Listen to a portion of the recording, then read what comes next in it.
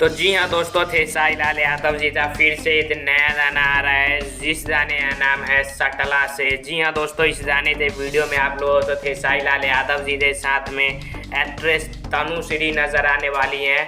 और इस गाने तो सुजय फिल्म्स यूट्यूब चैनल पर रिलीज किया जाएगा, जिसका टीजर रिलीज हो चुका है। आप सभी को बता दूं कि इस गाने तो खेसारी लाल यादव जी ने गाया है, सोलो सॉन्ग है। इस गाने के राइटर हैं पवन पांडे जी, और पवन पांडे जी ने हाल ही में इंटरव्यू दिया है और उन्होंने बताया है कि एक से बढ़कर एक गाने पवन पांडे जी के लिखे हुए इस महीने में आप लोग तो अप्रैल और मई में सुनने तो मिलने वाले हैं। तो ये नया धमाका जारी हो चुका है पवन पांडे जी तरफ से। खेसारी लाल यादव जी गाए हुए हैं, तनुश्री वीडियो में है, और इससे जो म्यूजिक डायरेक्टर हैं जिन्होंने इस गाने में म्यूजिक दिया है उनका नाम है कृष्णा बेदर्दी जी।